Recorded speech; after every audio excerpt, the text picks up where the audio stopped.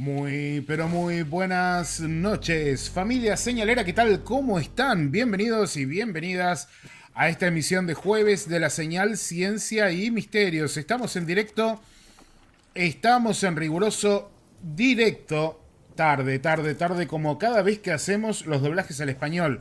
Pero comenzando, esta noche tenemos una historia de lo más desafiante y particular. ¿Por qué? Porque vamos a conocer la historia de un físico nuclear que dice haber convivido con unos extraterrestres, alienígenas, unos seres extraños, nada más ni nada menos que en el Área 51. Estamos hablando de Charles Hall, así que nos vamos a meter con esta historia que es tremendamente interesante. Este hombre dice que mientras servía como observador meteorológico en la Fuerza Aérea de los Estados Unidos, entre el 64 y el 68, estuvo 2 años destinado entre el 65 y 67 en la base de la Fuerza Aérea Nellis, en Nevada, trabajando en los polígonos de tiro de Indian Springs, en un lugar muy cercano y asociado con el Área 51. Así que con esa data comenzamos. Bienvenidos y bienvenidas, ¿qué tal? ¿Cómo están? Disculpen la demora, pero hemos comenzado más tarde, así que a los que se quejaban tienen doble trabajo. Quejarse y dejar de quejarse, amigos y amigas. Si ustedes tuvieran la más mínima idea del tiempo que cuesta doblar algo al español, prepararlo y editarlo todo en el mismo día, porque recuerden que anoche también tuvimos directo, entenderían por qué, además tengo los ojos tan chicos, y es que debo haber dormido bien 4 horas, más o menos, de ayer a hoy. Ese es uno de los grandes problemas. De todos modos, disculpen, siempre les pido disculpas por el horario tardío. Yo sé que están esperando y que tienen ganas de ver la señal. Yo también tengo ganas de ver la señal, pero me gustaría poder hacer las cosas más rápido. Incluso, bueno, la compu está demasiado llena de cosas. Hay que hacerle una renovación, que si sale todo bien la semana que viene se la vamos a hacer. Pero las cosas como son. Hacemos esto de entre casa. Así que disculpen, pero también a los que se están quejando mucho, chicos, tengan un poco de paciencia. Le ponemos alma y vida a lo que hacemos. Como les contaba, Charles Hall es un hombre que yo recuerdo muy bien, y esto lo había cubierto en su momento para Infobae, cuando tenía mi blog en Infobae. Resulta que hace ya unos cuantos años salió la historia, si mal no recuerdo 2016, públicamente, muy por todas partes, de un hombre que decía que había trabajado en el Área 51 con unos seres extraterrestres. Y él les decía, los llamaba los altos blancos, ¿sí? Él hablaba de estos altos blancos que habían estado allí con él, que lo habían acompañado durante bastante tiempo y con los que había tenido una relación bastante estrecha. Lo que pasa es que, claro, en el mundo de habla hispana nunca se publicó el libro de Charles Hall, nunca vimos, por ejemplo, las apariciones en los documentales y nos quedó la data incompleta. Nunca terminamos de tener datos completos de las historias de Charles Hall. De hecho, recuerdo que en algún momento quise armar algo para historias para dormir con la historia de Charles Hall y había absolutamente nada para mostrar, ¿sí? Pero él hablaba de esto, de unos seres humanoides parecidos a los humanos, con ojos azules brillantes, muy altos, de más de 2 metros 10 de altura y también muy blancos, pálidos, que estaban allí en el área 51, afincados alrededor. Ayer vimos un adelanto y este hombre hablaba de diferentes cosas que esta noche vamos a profundizar, como que por ejemplo estos alienígenas, ponele, habrían llegado aproximadamente durante la última era del hielo junto con los grises. Pablo de la Pampa acaba de regalar 5 membresías. Gracias, Pablo de la Pampa, por apoyarnos y por regalar esas membresías. El tema es que Charles Hall, como les decía, ha detallado en una serie de libros titulados Hospitalidad Milenaria cómo fue su convivencia con estos seres y las características de estos humanoides. También ha hablado mucho de la tecnología y de su relación con el ejército de los Estados Unidos. Según Hall, estos son seres humanoides de hasta 2,5 metros de altura, de piel extremadamente pálida, con grandes ojos azules y cabello rubio platinado casi transparente. Y él dice que viven cientos de años, entre 600 y 800 años, y que utilizan nuestro planeta, el planeta Tierra, como una base o una parada en sus viajes interestelares. A raíz de conocer a estos extraños y sus tecnologías, incluso él medio como que llegó a la conclusión de que Einstein está equivocado. Pero todo eso lo vas a ver esta noche en la señal Ciencia y Misterios, porque Jesse Michaels, que les recomiendo que vayan a ver el podcast completo, le hizo una entrevista de más de 2 horas, que insisto, es muy desafiante, porque dice cosas muy raras. Pero así de raras como las cuenta, algunas hasta podrían tener sentido dentro de cosas que ya hemos visto varias veces en la señal. Así que, sin dar más vueltas, nos metemos con la historia de Charles Hall en la señal Ciencia y Misterios. Primer corte, doblado al español, hace minutos. Les recuerdo y les digo, no llegué a editar todo lo que doblé al español porque llegué a editar a doblar con 40 minutos de la entrevista. No llegué a editar todo, lamentablemente. Si quieren podemos hacer una segunda entrega de este podcast, porque Jesse Michaels no tiene problema en que lo doblemos al español y lo compartamos en la señal. Así que, dicho esto, vamos con la primera parte donde habla del Área 51, un poco cómo es que todo esto sucede allí. Entonces, usted estuvo destinado en el Área 51. That's correct.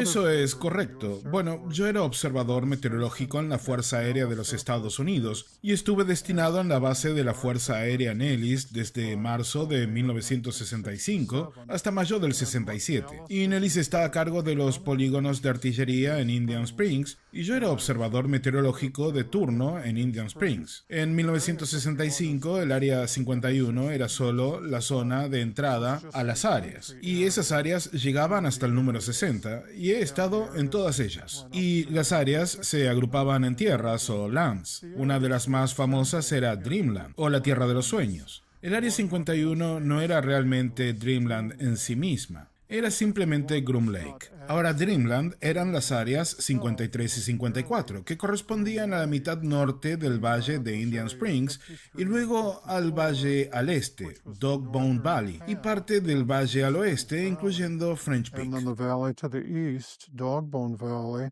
and part of the valley to the west, including French Peak.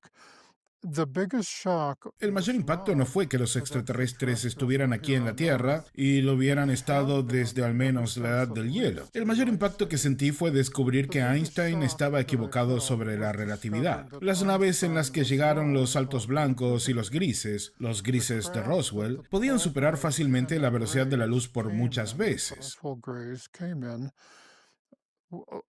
Could easily exceed the speed of light by many times. La tecnología de los saltos blancos era superior a la de los grises, pero los grises vienen de un planeta que está más cerca que el planeta del que vienen los saltos blancos, y los grises llegaron aquí primero. Así que yo diría que el 90% de las veces que ves una nave extraterrestre real es una de las naves de los grises, y aproximadamente el 10% de las veces es una de las naves de los saltos blancos. Y también los grises son mucho más numerosos.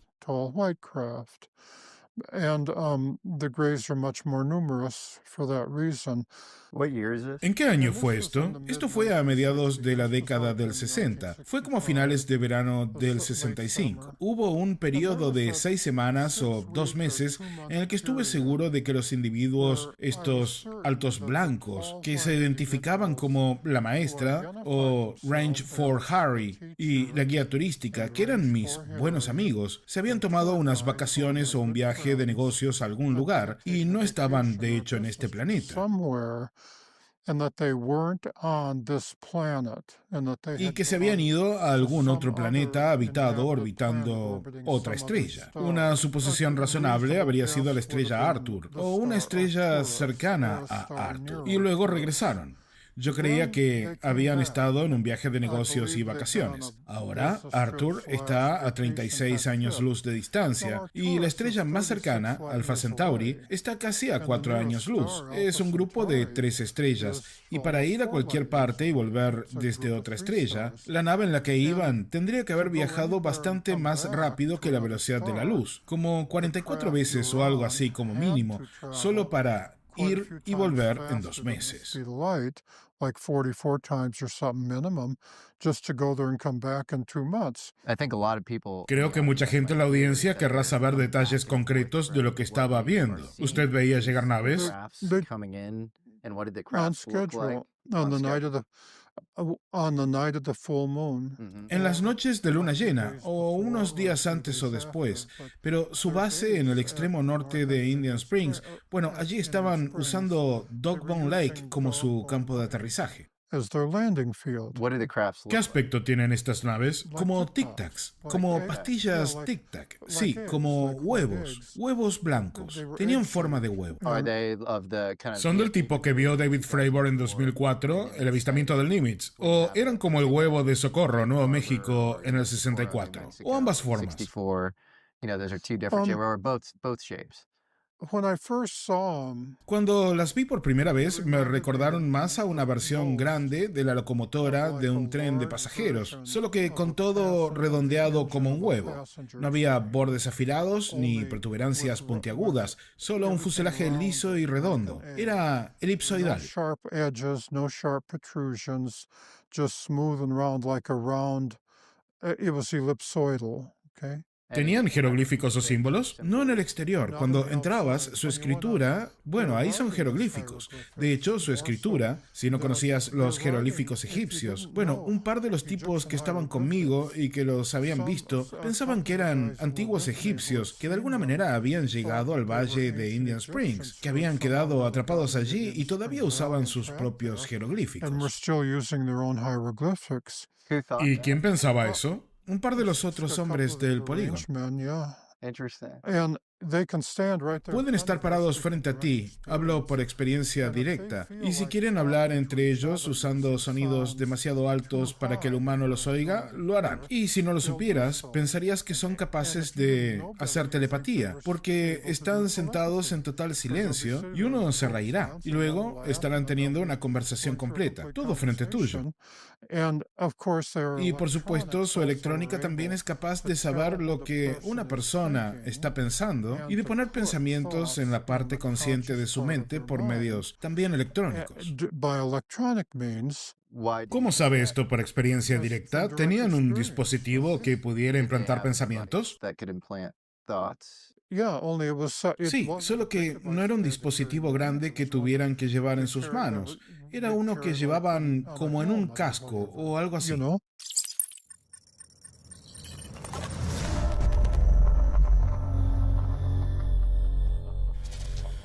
Es tremendamente interesante lo que está planteando Charles Hall en esta entrevista, como habrán notado, ¿no? Es tremendamente interesante.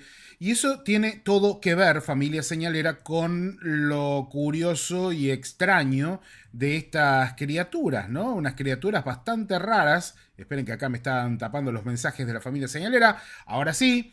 Y claro, son criaturas demasiado extrañas, pero si uno se pone a pensar, él sostiene que prácticamente convivió con estas criaturas durante un buen tiempo. Si este fuera el caso, si él realmente hubiese convivido con estas criaturas durante un buen tiempo, y quizás podemos darle la derecha y entender que los conoce o los conoció lo suficiente como para poder también detectar algunos comportamientos como los que estaba detallando. Como por ejemplo, este tema muy curioso de que aparentemente hablan con o en ultrasonidos. O sea, básicamente lo que te vas a encontrar ahí es que si ellos están de pronto, hablando entre ellos, manteniendo una conversación, a uno le va a dar la idea de que en realidad esa conversación es telepática. Sin embargo,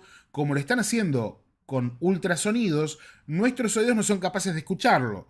Básicamente serían frecuencias de sonido como el silbato para perros, ¿no? Que uno no lo escucha, pero el perro sí. Bueno, hablarían entre ellos en frecuencias que para nosotros son inaudibles, por lo que por ahí los veríamos sentados, sin mover la boca, emitiendo sonidos de otra manera, y de pronto alguno se reiría y se tomaría un mate. ¿Por qué no? Y uno se queda a cuadros esperando entender qué sucede. Pero no solamente esto. no solamente esto, yo no sé si notaron un pequeño detalle y es la aparición de estos objetos alargados.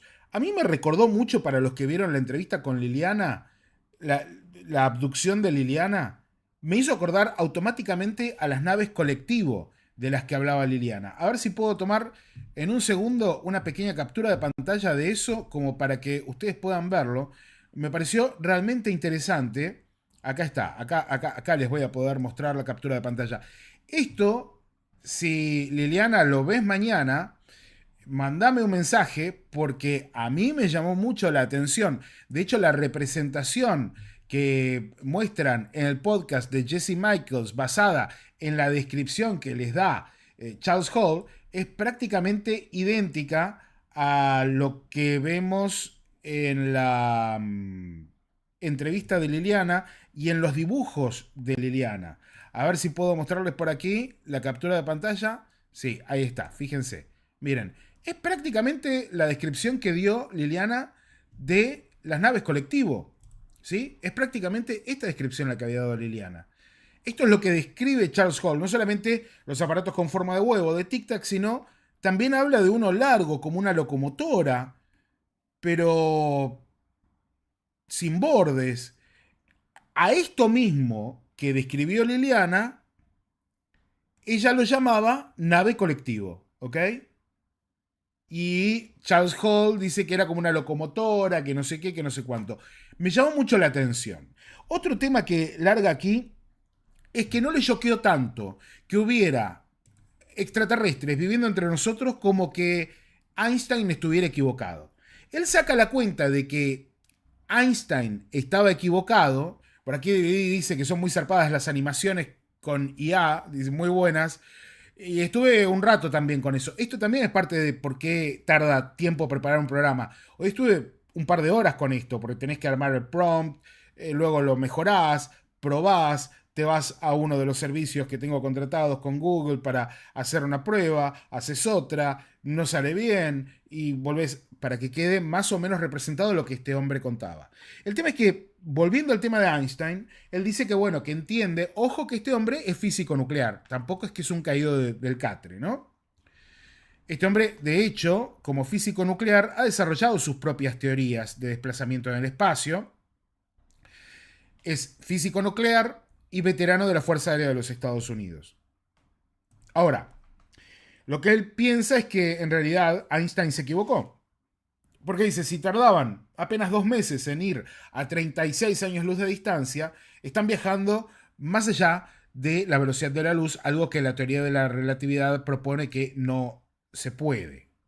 Y él dice, bueno, se equivocó Einstein. Bueno, ¿se equivocó Einstein o están utilizando algún tipo de tecnología diferente? Él dice que en realidad no se puede deformar el espacio y el tiempo, ni establecer un puente tipo agujero de gusano.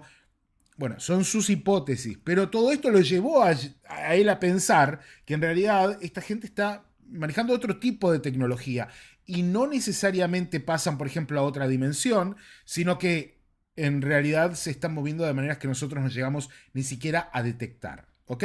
Bueno, vamos a seguir con la entrevista, porque cuenta muchas otras cosas que son tremendamente jugosas y que yo sé que les van a gustar.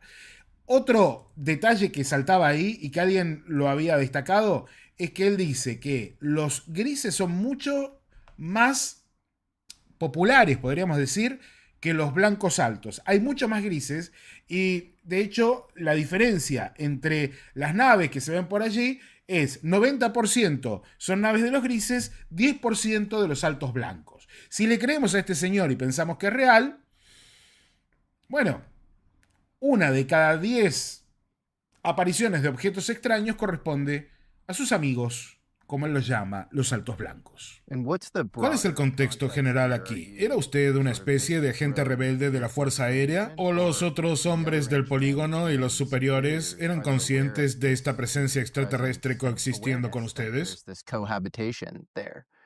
The Pentagon had a tiny handful of people Bueno, el Pentágono tenía un puñado muy pequeño de personas que sabían y que interactuaban con ellos. Los hombres de mantenimiento del polígono, unos pocos, sabían que estaban allí, pero la mayoría solo conocía la leyenda de Range Fort Harry. La leyenda de Range Fort Harry era que había un caballo gigante, blanco y radiactivo que flotaba por los polígonos por la noche y que era fluorescente. That floated around the ranges at night and was fluorescent, and supposedly was a horse that had gotten Y too close to supuestamente era un the caballo que John se había Lafayette acercado demasiado Flats, a la explosión de la and you'd bomba see en him on Yucca warm Flats. summer Lo nights veían from a en las distance, cálidas noches and de you could verano stay, but desde la you needed to stay distancia, away pero from tenías him. que mantenerte alejado de él. And Y lo he was llamaban called Range Range Fort Fort Harry. Harry. Ahora, Now, there había was un an tipo actual tall blanco, white guy with alto the name Range real, Fort con el Harry. nombre de Range Fort Harry. Él y los altos And blancos, the cuando tall usaban whites, sus trajes when they were protectores, wearing their podían protective ajustarlo para suits, parecer una could form formación de up into caballo de alta velocidad. horse formation,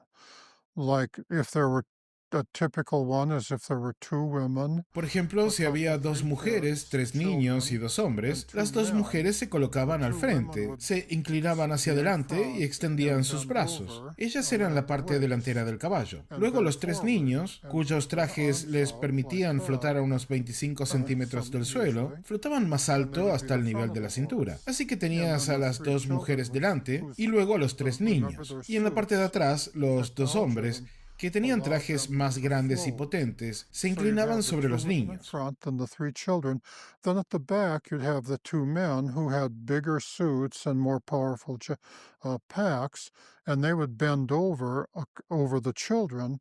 So if you saw them Si los when they were veías en el out in the desierto, desert, say a digamos a quarter mile medio kilómetro away, de when distancia, they all cuando turned todos on their encendían sus suits, trajes, los the campos de force fuerza fields de from esos trajes around se those fusionaban en suits uno solo. Y merged into hablo por one. experiencia directa. And I speak Jurarías from que direct había un caballo experience. blanco You would gigante swear que it was a flotaba y venía giant hacia white ti desde el floating desierto. horse Esa formación de coming at you caballo de from out alta in the velocidad desert. podía alcanzar Now, unos that 160 kilómetros horse, por hora when they sobre el were in that desierto. Solía formation, verlos I call jugar it en the las pistas de high-speed horse aterrizaje de la base formation. aérea de Indian Springs Because en las when noches they, de I verano, personally watched pretendiendo them que when they eran wanted to aviones go. despegando.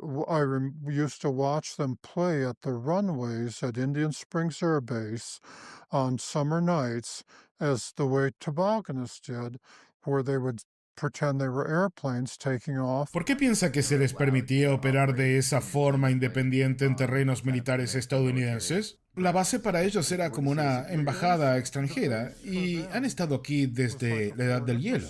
Hmm. And they've been here since the Ice Age. Why do you think they were allowed to ¿Por qué operate piensa que se les permitió operar independientemente en una especie de terreno militar so estadounidense? the The superiors were base, kind of the unaware? base for them La base para ellos era como una embajada extranjera y ellos han estado aquí desde la era del hielo. since the Ice Age. ¿Piensa que fueron las explosiones nucleares que crearon una suerte de túnel Wheeler o algo por donde viajaron? ¿O por qué piensa que pusieron sus instalaciones Set allí? up shop there. Consider Estoy seguro de que los grises llegaron primero y estaban aquí antes de la última edad del hielo, y que los blancos altos llegaron segundos y ya estaban aquí al menos a mediados de la última edad de hielo. Y luego los noruegos con 24 dientes llegaron hacia el final de la última era del hielo. Los blancos altos tienen la mejor tecnología, los grises tienen muy buena tecnología, y los noruegos apenas pueden viajar por el espacio y llegar hasta aquí. Cuando miras las bases y dónde están los blancos altos y los grises, tienes que pensar en cómo eran en la edad del hielo. Hay un lugar en el desierto en el que estuve. Está situado en una de las secciones más desoladas de los desiertos occidentales que puedes imaginar. Hay un valle con forma de L, con montañas a ambos lados, y luego hay un valle en el lado norte. Pero del lado sur el valle tiene forma de L. Y allí hay un lago seco, un lecho pequeño de un lago seco, y un terreno gigantesco que se parece a un anfiteatro. Y ese es un lugar que los grises cultivaron durante la edad del hielo. En la montaña del oeste habían cortado unos 13 túneles y los usaban como graneros, pero el del norte era mucho más grande que los demás, lo suficientemente grande como para que su nave espacial de espacio profundo pudiera llegar y recoger granos. And in the mountain on the west, they'd cut 13 tunnels in the mountain on the west, and they used them as a granary. and the one on the north, the first one on the north, was larger than the others, and it was large enough for their deep spacecraft to come in and pick up grain. El centro de Nevada nunca estuvo cubierto de glaciares, pero llovía muchísimo. Esos lechos del lago no eran glaciares, eran lagos pluviales, y la tierra era perfecta para la agricultura. Lo que veías era una granja y un granero que los grises usaron durante la Edad del Hielo.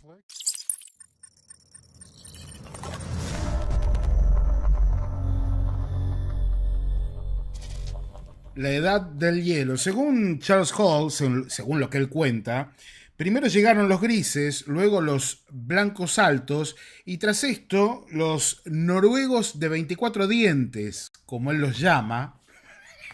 Muy raro, ¿no? Todo muy raro. Todo. Les dije que es desafiante, Bueno, todos estos llegaron en diferentes momentos, antes y después de la Edad del Hielo, y se establecieron en diferentes lugares. Uno de los lugares fue ese, y él explicaba que allí era un buen lugar en aquel momento, no era tan desértico, porque básicamente lo que podían hacer era sembrar granos, acumular granos, comida y tener un puesto de repostaje en sus viajes interestelares. Lo que les decía recién, familia señalera, respecto a este aparato del que habla Charles Hall, que es el ovni colectivo de Liliana. Bueno, estoy viendo por aquí que a Sofía Gales le recordó lo mismo, y de hecho a Romina Thompson, la hija de Liliana, también le hizo recordar este tema, y de hecho por aquí creo que decía Romina: mi mamá siempre espera que alguien haya visto este tipo de naves. Así que bueno, Romina, no sé si está durmiendo tu mamá en este momento o está despierta mirando, si no mañana hacele ver el directo de esta noche, porque fíjate, digo, o sea, esto es prácticamente igual a lo que estaba describiendo tu mamá.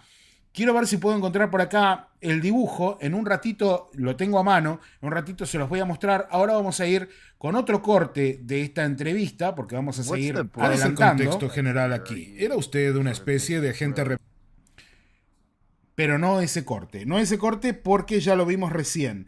Bueno, básicamente lo que él dice es que estas civilizaciones se establecieron allí hace ya bastante tiempo. ¿Y por qué? Bueno, porque están buscando siempre un lugar intermedio para sus viajes interestelares.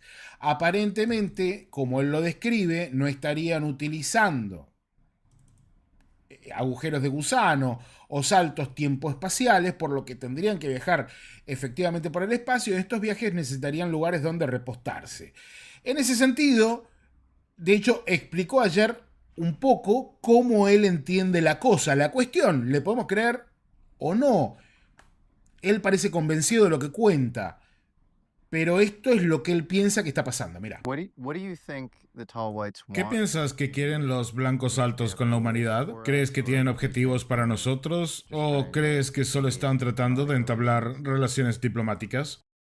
Bueno, vinieron aquí en medio de la última edad de hielo por la misma razón que tenemos una base en Guam. El Sol y el sistema solar existen en medio de un enorme vacío en el espacio. La siguiente estrella más cercana, Alpha Centauri, o Próxima Centauri, está a casi 4 años luz de distancia. La mayoría de las estrellas, o muchas estrellas, tienen otra estrella a 2 semanas luz de distancia. No es del todo inusual que muchas estrellas no estén separadas por más de un año luz de distancia. Pero si vas a cruzar ese gran vacío en el espacio mientras realizas comercio interestelar, entonces es bueno, por tu propio bien, tener un lugar en el medio, porque ese vacío tiene algo así como 8 o 10 años luz de ancho, o 6 u 8, es muy largo. Es bueno entonces tener un lugar en el medio donde puedas detenerte y obtener comida y agua, salir de tu nave espacial y repararla, un lugar donde detenerte y descansar, pero también obtener minerales u otras cosas que puedas necesitar.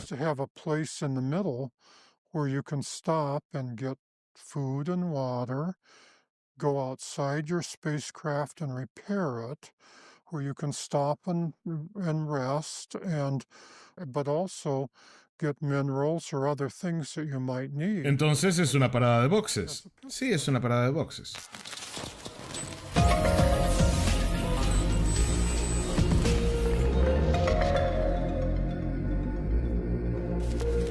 Bueno, yo creo que hay muchas cosas que son raras en esta historia, insisto con esto, y me parece que podríamos hacer una segunda emisión de la historia de Charles Hall, porque no solamente es interesante, sino que es un poco desconcertante. Magalí Ponce decía por acá, no entendí nada lo de los caballos. Yo creo que nadie entendió muy bien el tema de los caballos, pero básicamente lo que él está diciendo y lo que cuenta, por eso les digo que me parece que hay que hacer una segunda emisión, porque además yo también tuve que resumir, ¿ok? Esto por ahí tiene explicaciones más largas que las tuve que resumir para llegar a tiempo para poder hacer el directo. Pero, el tema del caballo es el siguiente. Aparentemente, por lo que él cuenta, este hombre, recordemos, para los que recién entraron, se están sumando, no entienden nada, este hombre dice que convivió prácticamente en lo cotidiano durante 2, 3 años allí en el desierto, al borde del área 51, del área 53, 54, con estos seres que viven allí, que están instalados ahí y que de hecho no se mete el gobierno de los Estados Unidos, como vas a ver en un rato, en esta zona. Simplemente hay un acuerdo de que haya vigías ahí, nada más. ¿Ok? Ahora, el tema del caballo es el siguiente. Aparentemente estas criaturas utilizan unos trajes especiales a los que cuando los activan generan alrededor una suerte de campo de fuerza o algún tipo de campo plasmático que tanto en los trajes personales como en los objetos, en las naves, deforma o transforma o interfiere, distorsiona, diría Caravaca, la interpretación de nuestros cerebros de lo que estamos viendo, ¿ok? Mientras que un aparato metálico, como estábamos viendo recién, con esa imagen, esta de acá, puede lucir así cuando está desactivado en suelo, cuando se eleva puede parecer otra cosa. Probablemente ya no se vean las ventanas, no se vea absolutamente nada y únicamente quede con forma de tic-tac o de huevo. Y ese es el campo que tiene alrededor. Aparentemente lo mismo pasa con la ropa que usan. Y esta ropa que usan empieza a brillar y se desplazan por el desierto en grupos, aprovechando la capacidad que tienen de levitar a 25 o 30 centímetros del suelo.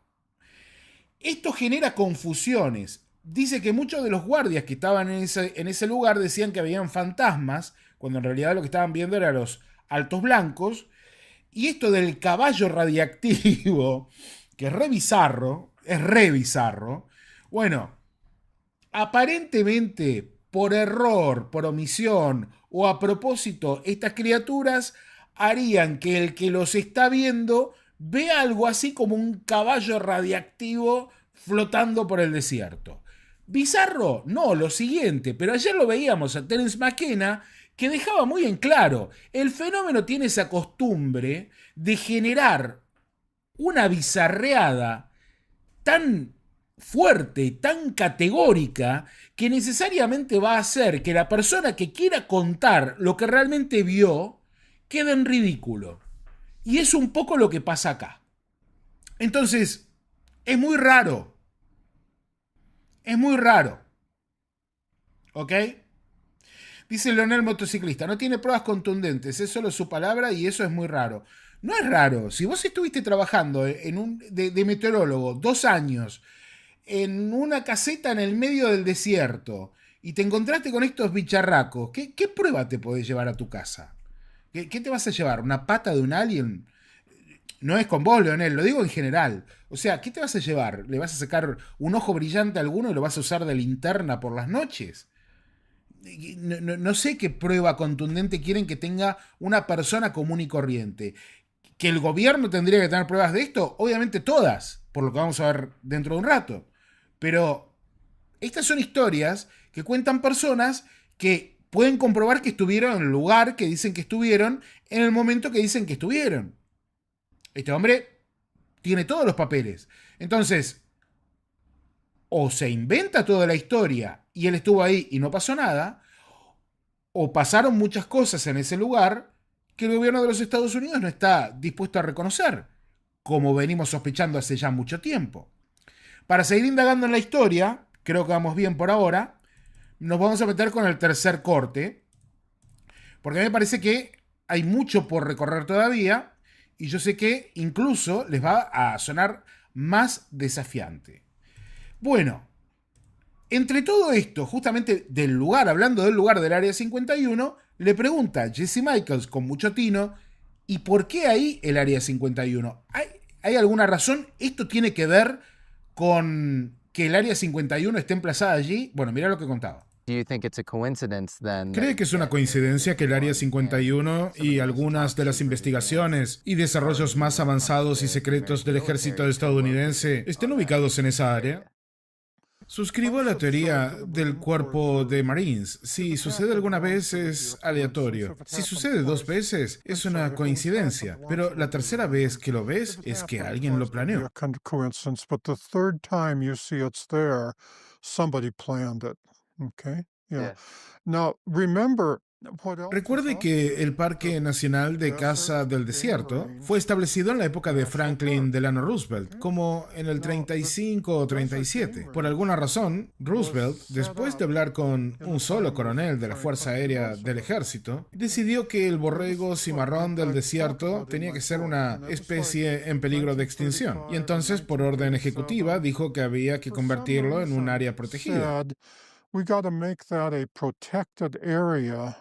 Entonces los guardaparques comenzaron a decir, si estás de excursión y ves algo que parece un humano mirándote por encima de los arbustos, no le devuelvas la mirada, especialmente si parece una mujer con niños. Mejor apártate y vete de allí. Looking at you from over the sagebrush, which may be as tall as 6 feet.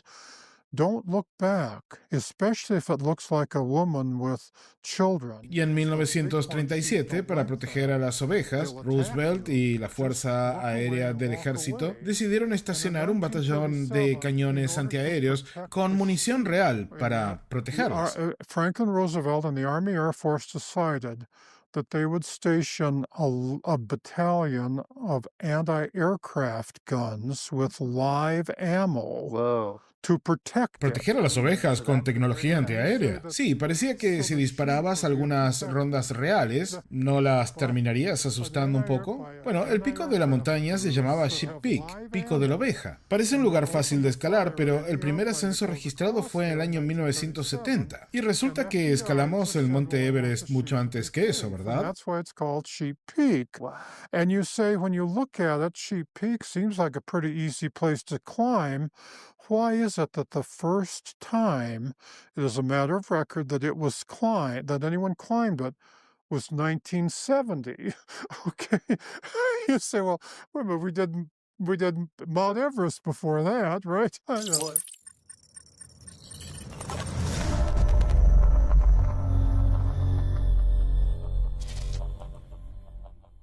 Bueno, muy interesante lo que estaba contando recién, ¿no? De pronto, Roosevelt se saca de la manga que ese lugar en particular, es un lugar muy importante porque allí vive un cierto tipo de oveja que hay que protegerla, así que establece toda esa zona como un área protegida. Y en esa área protegida no puede entrar absolutamente nadie, pero además llevan defensa antiaérea. Para salvar a las ovejas, para repeler los ataques de los japoneses contra las ovejas. Hablemos de la Segunda Guerra Mundial. Ellos temían que entren por el Pacífico los japoneses. Así que la idea era proteger ovejas. Bueno, o sea, como iniciativa ecológica está bien, pero suena un poco extrema, ¿no? Porque además, al primer disparo de batería antiaérea, las ovejas, imagínate, ¿no? Las están buscando en México, en Canadá. Se imaginan. Pero bueno, nada, curioso. Toda esa área queda cerrada, protegida. Luego, allí en Yucca Falls hacen las pruebas nucleares, ya en la aeronuclear, etcétera, etcétera, etcétera. Y el área 51, y según el 53, 54, queda separada del resto de los Estados Unidos, además de un montón de cosas, porque allí están instalados estos seres que vendrían de otro lugar a repostar y seguir su viaje, su camino y su ruta comercial. Algo que dice por aquí el Cedrón dijo que se divertían jugando a ser caballos o aviones que despegan. Sí, tal cual. De hecho, esto es algo muy interesante también, porque al poder compartir el tiempo con estas criaturas, sean lo que sean, él pudo ver que no solamente estaban los altos, blancos, adultos, podríamos decir, allí un poco siniestros dando vueltas por el desierto de día, de noche, sino que también pudo identificar que estos humanoides tienen hijos, que incluso estos hijos salen a jugar, que salen a jugar con ellos y que parte de ese entretenimiento es hacer este tipo de actividades en el desierto. Lo que no es tan loco pensarlo. O sea, si uno se pone a pensar en una sociedad que tiene costumbres, que tiene actividades, que está instalada en otro lugar, va a tratar de mantener esas actividades y costumbres. Para nosotros puede parecer muy absurdo andar por el desierto en grupo, flotando, asemejándose a un caballo o pretendiendo ser algún avión extraño, y sin embargo para ellos puede ser muy divertido. Uno no sabe en realidad a qué se está enfrentando o de qué estamos hablando cuando hablamos de los altos blancos, que son estos seres de los que habla Charles Hall. Insisto con esto. Es muy interesante que esta historia la podamos conocer más profundo, porque había quedado apenas la punta del iceberg. Todo lo que sabíamos es que este hombre había tenido alguna interacción con unos altos blancos y no había llegado mucho más. El que estemos conociendo esta profundidad de la historia nos abre también todo un abanico dentro del fenómeno y de las historias que se cuentan, que también le dan forma a lo que de alguna manera nutre ese imaginario colectivo también en las redes a esta altura respecto a lo que podrían ser los extraterrestres, los extraños y tantos otros que dan vueltas supuestamente por allí. Seguimos adelante mientras nos vamos acercando a 1700 señaleros en vivo. Presten atención porque ahora que ya hablamos del Área 51 y por qué allí, Charles Hall se mete con las naves específicamente. Y aquí va a contar un par de cosas también tremendamente extrañas.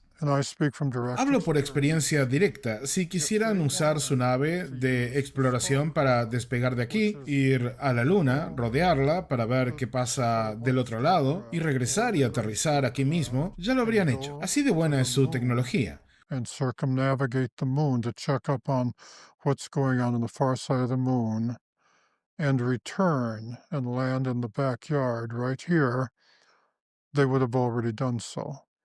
That's how good their technology is. Una de las cosas que les vi hacer personalmente fue subir a la nave de exploración, sentarse en las sillas sin cinturones de seguridad y encender las bobinas inferiores para despegar y flotar sobre el desierto. Luego, en unos 30 segundos, encendían completamente las bobinas exteriores. Antes de hacerlo, la nave se ve metálica, pero después de encenderlas, se ve borrosa y blanca, como un tic-tac, porque está rodeada de campos de fuerza. They just look real fuzzy white, like a tic-tac, because they're surrounded with force fields. Una vez que están encendidos, están listos para maniobras de alta velocidad. Pueden recorrer 11 kilómetros a una velocidad promedio de 13.000 a 19.000 kilómetros por hora, detenerse, apagar todo y aterrizar. En el proceso habrían soportado más de 15.000 Gs al arrancar y 15.000 Gs al detenerse. Y para que se hagan una idea, con 10.000 Gs licuarían el acero. 15,000 Gs starting and 15,000 Gs stopping, just sitting there in the room like this. And in case you're wondering how much that is, 10,000 Gs will liquefy steel. Y eso ni siquiera es su marcha más baja. Si eligen moverse lateralmente, simplemente parecen desvanecerse, porque aceleran tan rápido que tus ojos no pueden seguirlos. Mucha gente que todavía cree en Einstein diría erróneamente que fueron a otra dimensión. En realidad, no lo hicieron. No existen los agujeros de gusano ni la deformación del espacio-tiempo. El tiempo nunca se ralentiza, nunca va en reversa. El tiempo es solo tiempo, siempre avanza.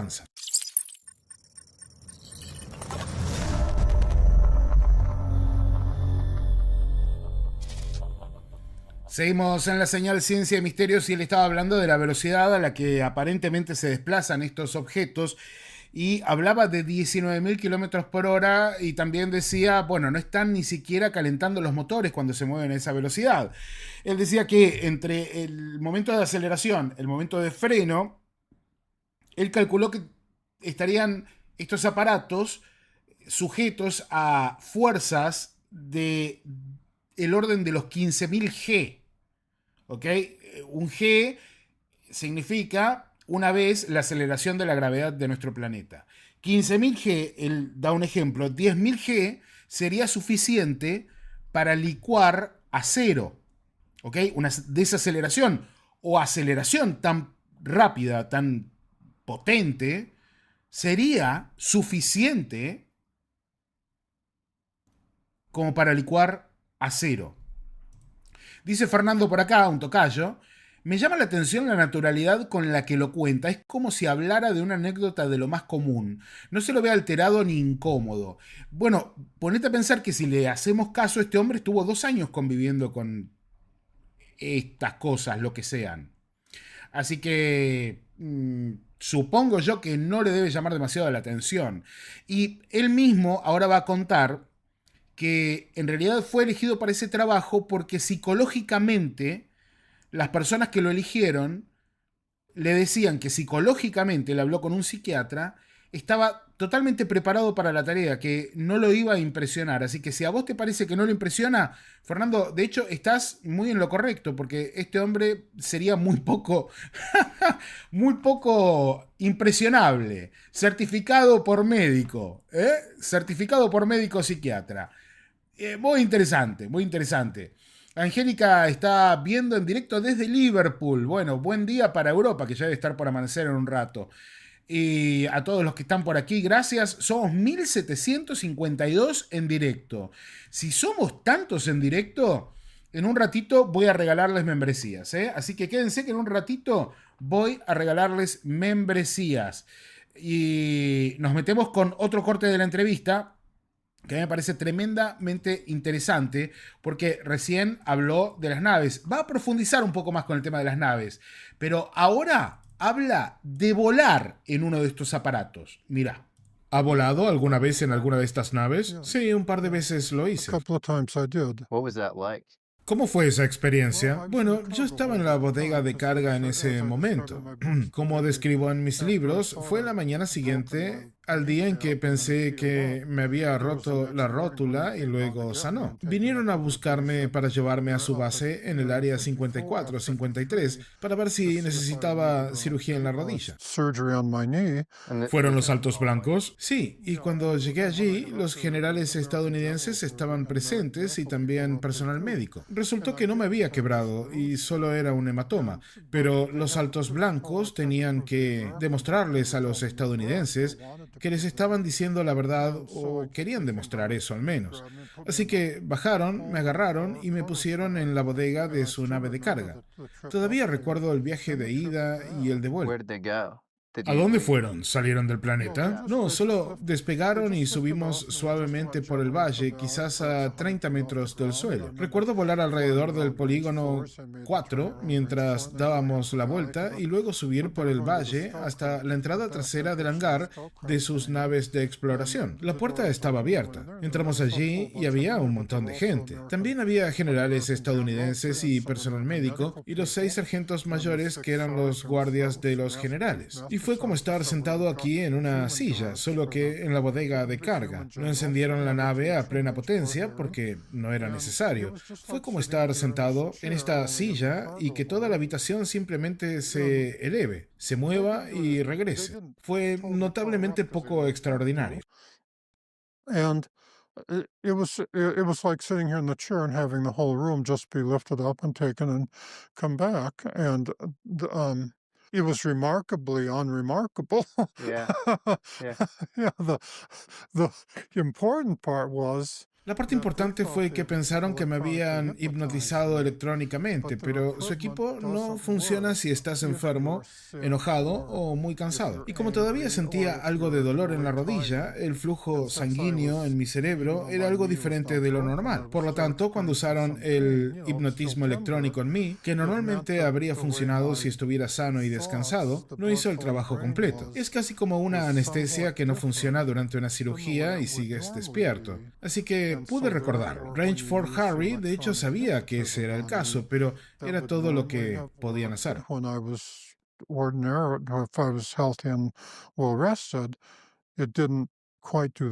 It's almost like anesthesia that doesn't work and during surgery or something. You're Yeah, still awake. yeah. So, why do you think they chose you for all of ¿Por qué this? cree Why do you que think lo you eligieron a were usted para todo endowed esto? with ¿Por this qué cree que knowledge? fue seleccionado para recibir este conocimiento? Una vez le pregunté a una persona diferente que se identificó como uno de los 3 psiquiatras principales de la CIA. Le dije por qué me eligieron. Le dije que pensaba que había muchos hombres mejores que yo para sobrevivir en el desierto o arreglar camiones. Y me dijo lo siguiente: tenía como 9 doctorados colgados en la pared de diferentes facetas de la psiquiatría. Y dijo que cuando estudió, le enseñaron que había 105 defensas psicológicas diferentes que los humanos podemos usar. La más famosa es silbar en la oscuridad. Dijo que la mayoría de los humanos solo usan 1 o 2 como máximo. Uno de sus proyectos era entrenar a coroneles y generales para que tuvieran más defensas psicológicas. Esperaban que los generales usaran 3, con la esperanza de que pudieran llegar a 4 o 5 de las 105. Y dijo que la primera vez que me conoció, se quedó impactado porque en los primeros 15 minutos me vio usar las primeras 70 de las 105 y estaba seguro de que podía usar el resto.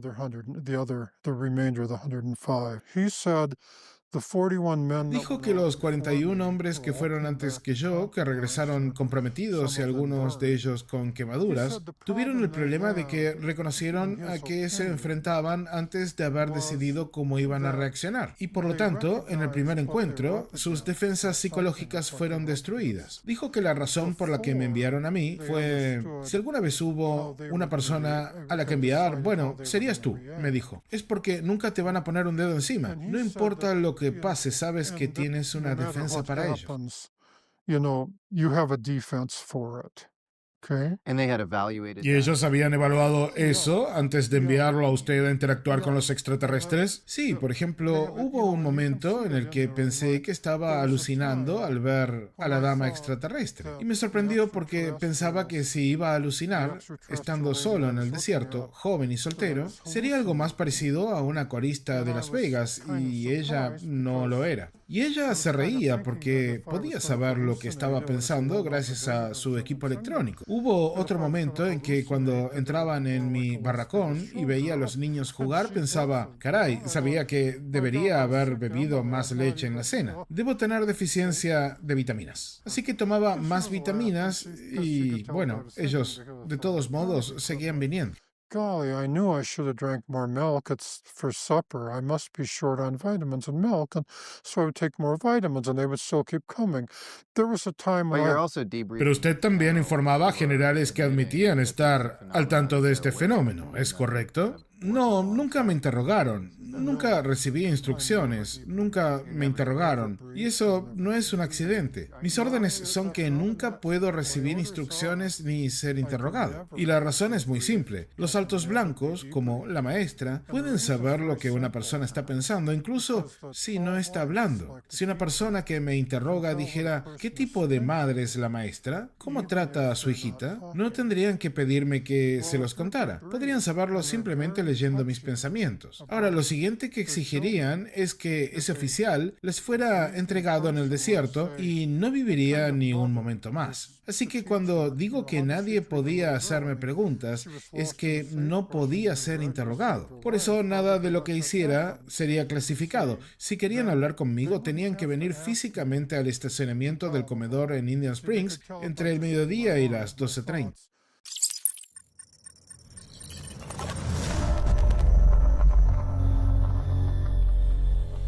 Bueno, allí vieron que este hombre, por lo que él cuenta, ¿no? Obviamente siempre según su historia, aparentemente tenía la capacidad de poder interactuar con estas criaturas, sean lo que sean, sin impresionarse demasiado porque sus defensas psicológicas eran muy buenas, ¿no? Entonces, por eso lo habían elegido para ese trabajo, para ser el encargado de meteorología de esa estación en particular. Veo aquí algunos que se quejan de que no, pero ¿cómo puede ser que un meteorólogo esté diciendo esto? Recuerden que es físico nuclear.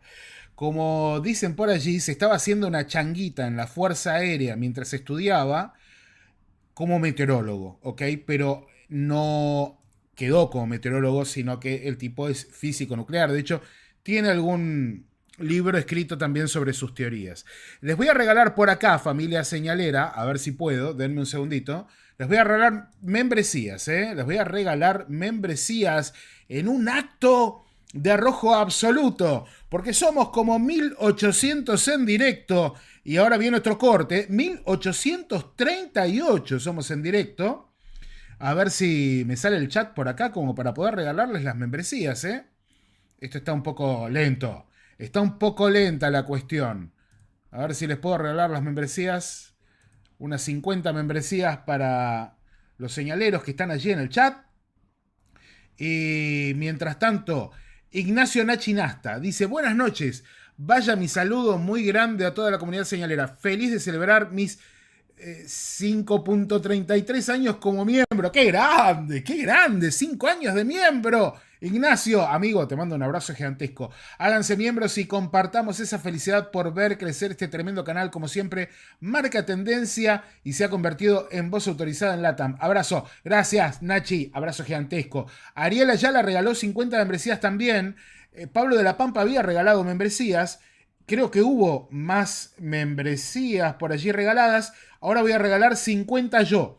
A los que no agradecí, ténganme paciencia que en un ratito les agradezco. Ahí están saliendo, presten atención. YouTube las reparte como se les canta, ¿eh? Esto yo no selecciono a quién le toca cada membresía, pero por allí están. Ahí están saliendo 50 membresías para los señaleros. Allí arriba, ¿eh? Y para los que quieran mandar material, contarnos sus casos, contacto@cienciamisterios.com. Seguimos adelante. Hace un ratito habían recordado en el chat, no me acuerdo quién, una historia muy parecida que vamos a conocer en unos minutos. Así que quédense, porque todavía queda mucho más de programa, familia señalera. Vamos rápido, 58 minutos de programa, pero todavía nos queda mucha información. Charles Hall habla de cómo se puso de acuerdo para comunicarse con los altos blancos, porque de hecho le daba miedo. Fíjense. Like the first agreement I made with them. El primer acuerdo que hice con ellos, después de darme cuenta de que eran reales, fue pedirles que siempre que estuvieran cerca de mí, hablaran entre ellos o conmigo en inglés, porque me asustaba cuando hablaban entre ellos y a veces sonaba como relinchos de caballo o cantos de pájaros, y ellos estuvieron de acuerdo. El segundo fue que si los veía en el desierto, me detendría donde estaba, cantaría una canción para que supieran que estaba allí y les dejaría acercarse si querían. Yo no acortaría la distancia. Si se acercaban demasiado y me sentía intimidado, empezaría a retroceder y ellos se detendrían. Una vez que decidíamos a qué distancia física íbamos a estar, entonces podíamos comunicarnos. And then when we had decided how far apart we were going to be physically, then we could communicate.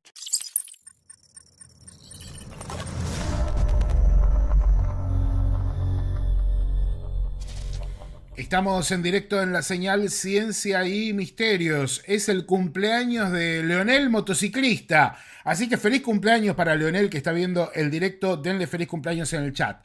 Bueno, familia señalera, vamos a hacer una segunda parte de esta historia, porque la verdad es que creo que tiene mucha data, mucha información interesante y veo que les ha gustado. Así que prepárense porque va a seguir apareciendo material de Charles Hall. Para resumir un poco, quédense porque hay mucho material todavía. Charles Hall habla de puntos muy interesantes e importantes en esta experiencia que él dice que tuvo.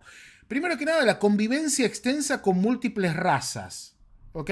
A diferencia de estos avistamientos ovni fugaces que por ahí encontramos en las historias populares del fenómeno, él dice que tuvo interacción entre el año 65 y 67 con 3 tipos de humanoides diferentes. Los altos blancos, los grises y los terceros que eran estos noruegos de 24 dientes. Y tuvo una relación bastante profunda, de hecho, con los altos blancos. ¿Ok? Llegó a tener un vínculo de confianza con ellos. También sostiene Hall, el segundo punto importante de todo esto, que los altos blancos y los grises también tenían bases subterráneas en el extremo norte del valle de Indian Springs, allí en las áreas 53-54, cerca del área 51. Según lo que él cuenta, esta región fue elegida por estos extraterrestres desde la última edad del hielo por las características geográficas y básicamente funciona como una estación de servicio interplanetaria. Tercer punto interesante, tecnología superior a la velocidad de la luz. Ya lo escuchamos decir que él piensa que lograron desarrollar sin relatividad de por medio algo que va más rápido que la velocidad de la luz. Características de las naves. Habla de las características y describe que los altos blancos utilizan aparatos que son como lisos, con forma de huevo o de tic-tac y que están diseñados para moverse dentro de un campo de fuerza. Y que estaban estos aparatos propulsados por bobinas de fibra óptica de cerámica que generaban estos campos capaces de soportar aceleraciones de 15.000 Gs sin afectar a los ocupantes. Dice que las costumbres de los altos blancos y sus habilidades incluían comunicarse por medio de ultrasonidos, de implantar de maneras electrónicas, de forma electrónica, pensamientos en las mentes de las personas que tenían delante de ellos, y que los trajes protectores emitían como un brillo y hasta les permitían flotar en el aire. También dijo que vivían entre 600 y 800 años. Bueno, también habla de una cooperación militar limitada entre Estados Unidos y estas criaturas. Él dice que solo un pequeño grupo de altos mandos del Pentágono sabe de la existencia de estos seres y la cooperación con ellos. Para el resto del personal de la base, insistió, los extraños sucesos se explican a través de la leyenda local de un caballo radioactivo gigante. O sea, hay una leyenda de un caballo radiactivo que se ve de noche y todo el mundo piensa que es una bizarreada más del entorno, pero en realidad son estos altos blancos. Ahora, según Hall, los altos blancos no tienen intenciones de conquista, que esto, bueno, vendría siendo interesante, sino que utilizan nuestro planeta, como les dije, como una parada de descanso, una estación de servicio interplanetaria. Hay un momento en el que él se encuentra por última vez con estos altos blancos. Bueno, sí, de hecho, la historia se redondea cuando él de pronto se encuentra con que es como que los han cambiado.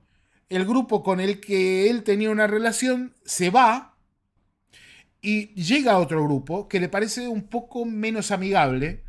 A él esta situación le da miedo y ya después de ahí parece que termina la historia con los altos blancos, ¿sí? Así que, familia señalera, si les parece bien, ahora pongo una votación para la segunda emisión de los altos blancos aquí en la señal Ciencia y Misterios. Pero les tenía preparadas varias cosas y les había prometido, sobre todo, que les iba a mostrar los dibujos de Liliana. Quiero confirmar que tengo los dibujos de Liliana por aquí. Tengo los dibujos de Liliana. Y ustedes recuerden que habíamos visto hoy esto, que es lo que dice Charles Hall, que vio allí en el desierto, ¿sí? Entonces vamos a comparar con los dibujos de Liliana, porque me parece súper interesante. Para los que no saben quién es Liliana, bueno, le hicimos una entrevista. Ella dice haber sido abducida y de hecho no solamente tiene experiencias ella, sino sus dos hijas. Muy intensas las experiencias. Y entre todo esto, en un momento, en una de las experiencias que tiene, ella llega a ver un extraño objeto en otro lugar, que ella no sabe bien definir dónde es ese otro lugar, que tampoco tiene por qué poder definirlo, pero que más o menos se ve así. Fíjense, miren, esto es lo que ve Liliana, lo que dibujó ella, y esto es lo que declara haber visto Charles Hall. Otra vez. Liliana Charles Hall. Nos faltan las ventanitas nada más. ¿Ok? Muy interesante, ¿no? Muy interesante. A mí me suena tremendamente parecido y congruente uno con el otro. Y hay otro tema acá. Los altos blancos son los mismos altos blancos de los que habla Juan Oscar Pérez. Esa es otra pregunta que nos tenemos que hacer. Porque Juan Oscar Pérez habla de altos blancos. De hecho, tenemos un short, creo, en el que Juan habla de los tipos de seres que están dando vueltas. Dejen un buen like, familia señalera. Suscríbanse al canal ya que están por acá. Déjenme buscar, déjenme buscar por aquí a ver si encuentro. Creo que lo tenemos a Juan por acá, mostrar todo. Denme un segundito porque creo que lo teníamos a Juan. A ver, esperen que esto, para variar, hace lo que quiere. Mostrar todo, te puse YouTube. Claro, YouTube. Mostrame todo lo que tiene que ver con Juan. Vamos, allí. Allí. A ver, déjenme ver si encuentro a Juan Oscar Pérez hablando de... No. Acá en los shorts no sale. Ah, no hace búsqueda en los shorts. Interna. No hace búsqueda interna en los shorts. Bueno, no importa. Después lo voy a buscar y se los voy a pasar si lo encuentro. Y si no, en otro momento pueden revisar las entrevistas que tenemos con Juan Oscar Pérez. Y allí van a ver que Juan habla justamente de que son altos, blancos, muy flacos, como cadavéricos. La descripción que da Charles Hall. ¿Ok? ¿Cuánto miden aproximadamente? Dice César González. Entre 2 metros 10, 2 metros 50 de altura. Es raro. Pero, insisto con esto. ¿Tantas coincidencias? Fer, segunda parte, por favor, dice Víctor por acá. Ahora les voy a dejar acá la encuesta para ver si quieren una segunda parte. Pero mientras tanto, yo les voy a compartir otra cosa. Porque a mí la historia de Charles Hall, por desafiante, por rara y completa, me hizo recordar a la del piloto retirado Miller. El piloto retirado Miller dice que formó parte de un programa de pruebas de un ARB, le decimos ahora Alien Reproduction Vehicle, o sea, un vehículo de reproducción de tecnología alienígena, pero construido por humanos, ¿no? Aparentemente a él, yo ahora no recuerdo bien si lo habían puesto a probar un aparato ya de origen alienígena. Mientras le quiero agradecer a Delfor Hum, que acaba de regalar 50 membresías. Delfor, años acá en el canal, te mando un abrazo gigantesco. Presten atención porque la historia de este hombre no tiene desperdicios. Es rara, es bizarra, pero con todo lo que hemos conocido, yo te diría en el último año y medio, este testimonio por el que no cobró un peso, que lo grabó él mismo unos meses antes de fallecer, a mí me parece bastante valioso. Miren esto. Hello, my name is Robert Miller. Hola, mi nombre es Robert Miller. La razón por la que estoy grabando este video es porque tengo que sacar esto de mi conciencia. Lo que voy a decir es algo que ni siquiera le he dicho a mis parientes más cercanos. Mi madre lo había hecho, pero nunca me preguntó directamente. Y después de hacer este video, viviré huyendo por miedo a nuestro gobierno, porque van a tratar de cazarme, para que no pueda revelar nada más a nadie. Es por eso que pretendo contarte todo en este video, lo que puedo recordar. Estoy viejo, el público necesita saber esto. Algunos de los descubrimientos y logros más sorprendentes de la humanidad se les están ocultando. Y eso no está bien. Mi historia comienza cuando era niño. Crecí en un pueblo en el sur de Nevada. Mi papá era ingeniero aeroespacial. Recuerdo que siempre trabajaba hasta tarde. Nunca pudo decirnos a qué se dedicaba. Mi mamá siempre me decía que no le preguntara al respecto. Me enseñó a volar a una edad temprana.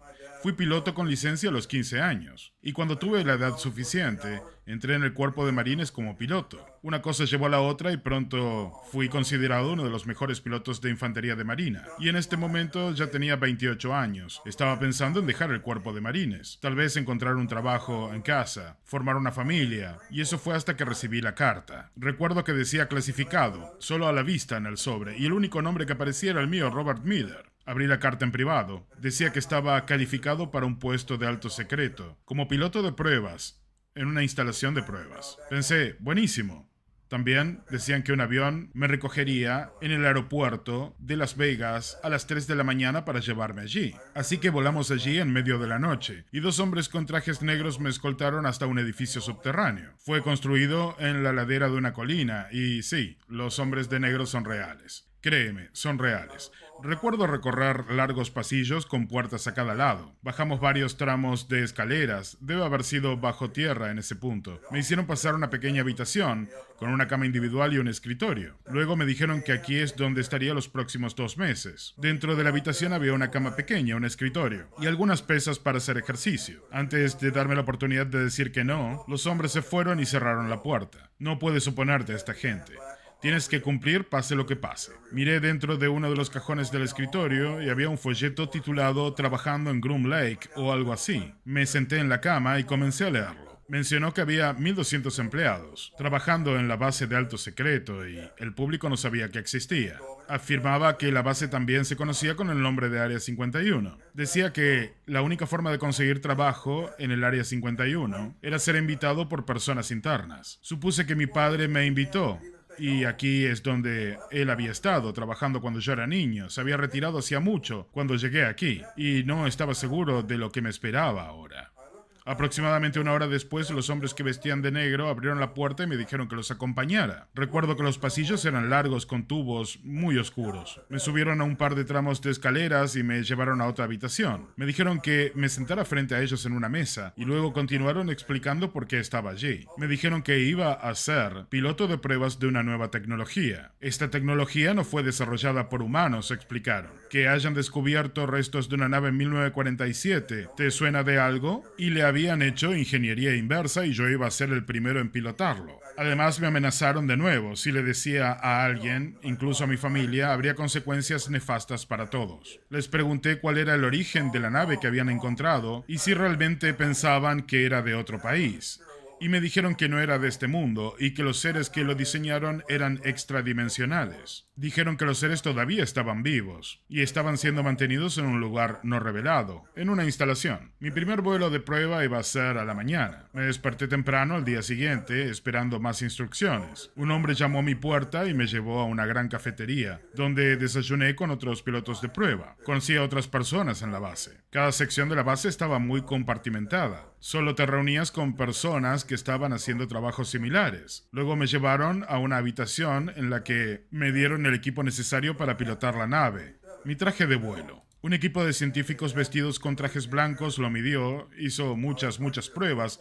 Luego me dejaron solo en la habitación alrededor de 1 hora o 2. No podía decirlo, no había relojes ni nada allí. De todos modos me puse el traje y me escoltaron a un gran depósito y entonces lo vi. En medio de este depósito había una gran nave con forma de disco de unos 50 pies de punta a punta, de borde a borde. Había una cúpula transparente en la parte superior. Supuse que allí era donde iba a pilotarlo. Los ingenieros me dieron su opinión, explicándome cómo funcionaba la nave. Era alimentada por un reactor de antimateria. Un ingeniero me dijo que el reactor producía explosiones de una energía densa que podía generar agujeros de gusano y hacer que la nave viajara casi a la velocidad de la luz. Luego dijeron que mi vuelo de prueba se iba a retrasar hasta el día siguiente, porque tenían que explicarme todo lo que necesitaba saber para poder pilotar esa cosa. Ahora me estoy saliendo de lo que puedo recordar. Hubo muchos detalles, calibres, cosas, pero a medida que envejezco, Les cuento lo que puedo recordar. Recuerdo que me llevaron dentro de la nave y hasta el asiento del piloto. Solo había espacio para una persona en este aparato gigante. Miré alrededor de la cabina y solo vi un asiento, sin joystick, sin volante, sin otros controles. Muchos indicadores de aspecto extraño, pero sin controles. Sin embargo, había un casco. Esto me lo iban a poner. Me dijeron que la nave estaba controlada telepáticamente. El casco medía mis ondas cerebrales y debía controlar la nave simplemente pensando en ella.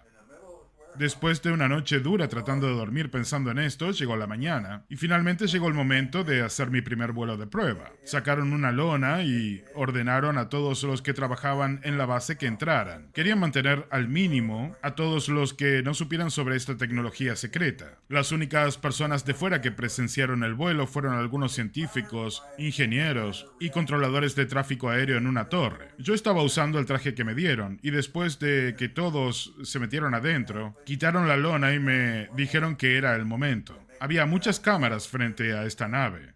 Subí solo por la escalera esta vez, a la cabina, si se puede llamar así. Me puse el casco, lo conecté, el control de tráfico aéreo me dio la autorización y era hora de despegar. Me dijeron que imaginara que la nave comenzaba a flotar del suelo, pero ya sabes, no funcionó de esa manera. En cambio, tuve que imaginarme que yo era la nave, como si fuera parte de ella, y comencé a pensar en mí mismo, flotando en el aire. Y sentí unas vibraciones del reactor de antimateria debajo de mí. Y ahí fue cuando comenzó a encenderse. En 10 segundos la nave despegó del suelo. Y yo estaba volando. Miré alrededor de la cúpula y vi a la gente en el suelo filmando este evento histórico. Se me indicó que lo llevara hasta 1000 pies y que luego regresara al suelo. Mantuve la configuración mirando el odómetro. Pronto estaba a 500 pies del suelo. Entonces sentí la vibración del motor detenerse. Miré el odómetro y me di cuenta de que estaba perdiendo altitud rápidamente. No había ningún botón o palanca de eyección en esa nave, por lo que estaba efectivamente indefenso. Seguí tratando de imaginar la nave flotando, pero me estaba hundiendo hacia el suelo. El sistema se encendió en el último segundo y quedé inconsciente. Lo siguiente que supe fue que estaba en una cama de hospital. Tenía las piernas enyesadas. Aparentemente todavía estaba en la base, en la unidad médica. Un hombre vestido con un traje negro entró en la habitación para explicarme lo que había pasado. Dijo que justo antes de que la nave golpeara el suelo, simplemente había hecho bloop y desaparecido. Nadie estaba seguro de lo que había sucedido, pero todos entraron a la base y dieron por terminado el día. Luego, en medio de la noche, escucharon un fuerte estruendo en la parte de afuera. Fueron corriendo a ver qué sucedía y vieron que la nave se había estrellado en el lugar en el que estaba a punto de estrellarse un rato antes durante el día. Estaba inconsciente en el asiento del piloto. Tenía las 2 piernas destrozadas. Los científicos habían planteado la hipótesis de que la nave había viajado en el tiempo, a un punto en el tiempo, varias horas después. Dijeron que me iba a ir a casa pronto, debido a la alta médica porque mis piernas estaban destrozadas. Me hicieron firmar algo de alta confidencialidad, declarando que desde la primera reunión no le diría nada a nadie, no mientras estuviera vivo. Bueno, como pueden ver, fui en contra de este contrato con la NBA porque siento que el público necesita saber acerca de esto. Eso sí, tenían esta tecnología en la década del 50. Imagina qué tecnología secreta podrían tener en este momento. Si algo me sucede en los próximos días, bueno, puedes imaginar por qué, supongo. Pero la verdad es más importante que mi seguridad en este momento. Por favor, tomen esta información y hagan lo que quieran con ella. Solo quiero publicar esta historia, porque he estado viviendo una mentira durante mucho, mucho tiempo.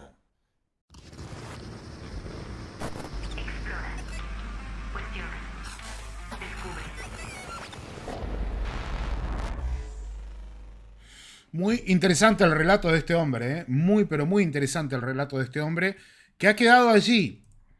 Creo que no se ha hecho suficiente investigación sobre este caso, lamentablemente. Probablemente porque él mismo haya decidido en algún momento no hablar mucho del tema, no extenderse o no dar entrevistas, y luego decidió sí dar este video final, ¿no? Antes de fallecer. ¿Recuerdan lo que les decía respecto a Juan Oscar Pérez? ¿Cómo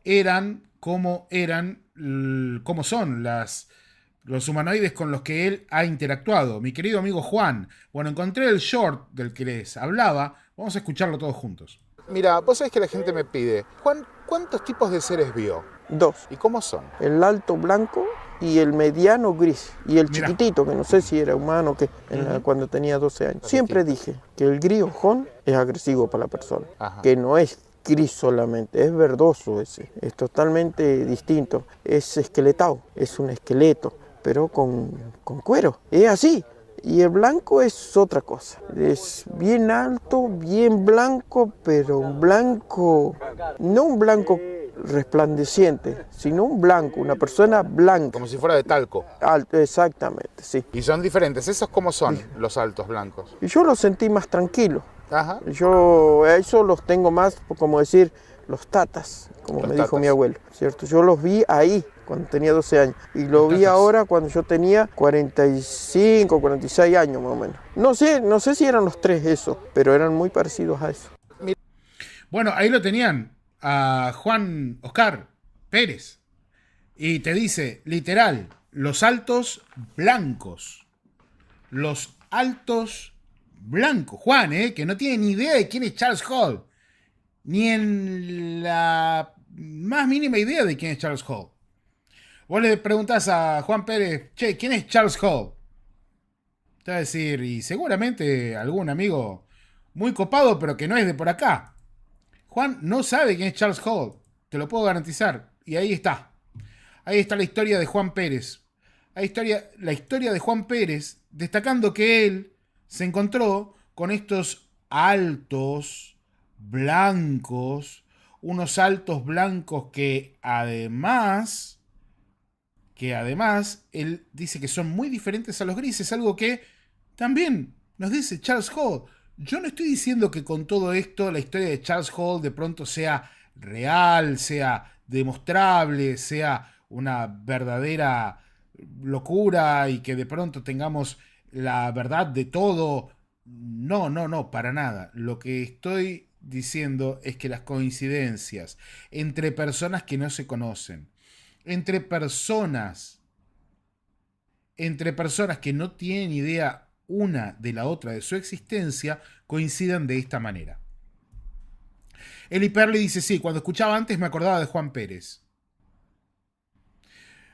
Tremendo, dice Romina Thompson por acá. Verdoso, igual que lo que dijo el médico de Bolivia, dice Matías Montaña. Sí, tal cual, es como un gris verdoso. No es un gris puro, sino que es como un gris cemento, podríamos decir, ¿no? El cemento que tiene que es como un gris verdoso. Bueno, ese color cemento, supongo yo, que es el que están describiendo. Por aquí hay que preguntarle, dice Malí Ponce, de qué color son los ojos de los altos blancos. Habría que preguntarle, sí, lo voy a preguntar cuando lo vea. Damián Martínez, grosísimo el directo. Somos 1900 en directo. ¿Ok? Y como nos quedan 10 minutos más, yo les voy a sumar un dato más por acá. Porque vos dirás, che, bueno, pero y entre todo esto, ingeniería inversa, tecnología, lo que contaba Miller, ¿cuánto podemos separar aquí la paja del trigo? ¿Qué nos podemos encontrar? Bueno, hay muchas historias interesantes que podemos encontrar en el medio. Dentro de las historias que hemos contado este año, dentro de las historias que hemos hallado, ¿sí?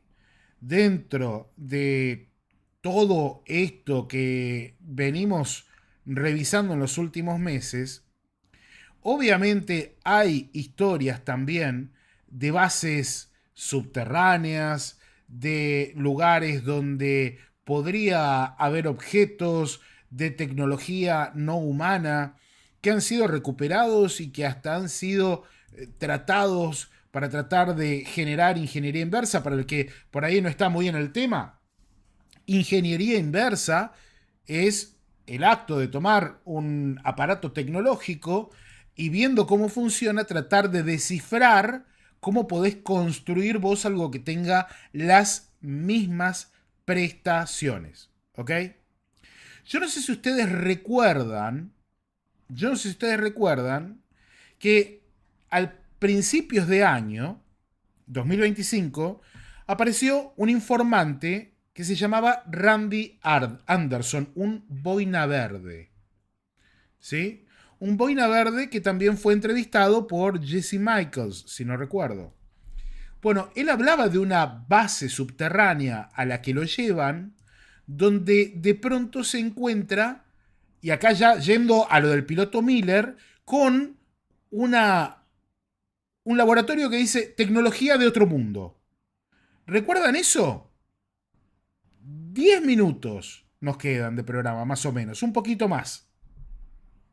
Matías Bars dice que hay un tormentón en Santa Rosa La Pampa. Bueno, espero que estén todos bien, chicos. Y sobre todo también vos, Matías, y todos los amigos, mi familia que está allí. Bueno, espero que estén bien. Ahora, recuerdan eso. Pero ustedes recuerdan a Bill Uhaus. Porque si nos metemos en las historias más bizarronas, más extrañas del fenómeno, tenemos la historia de Bill Uhaus, que decía que él se había encontrado, acá está doblado al español, que él se había encontrado ya no solamente con estas tecnologías, sino con sus creadores. ¿Ok? Bill Uhaus dio también una entrevista, estando muy mayor, y contaba esto, mirá. I didn't start working on flight simulators until about, well, the year was 1954 in September. No comencé a trabajar en simuladores de vuelo hasta más o menos, bueno, el año era 1954, en septiembre. Pero déjenme volver un poco atrás en el tiempo. Cuando salí de los Marines, tomé un trabajo con la Fuerza Aérea en Wright-Patterson. Allí tenía que realizar testeos de vuelo experimental en varias modificaciones de tecnología que habían incorporado en las aeronaves. Una era el F-89, también el B-47 y el F-102, eran esos aviones. F-102 and those aircraft.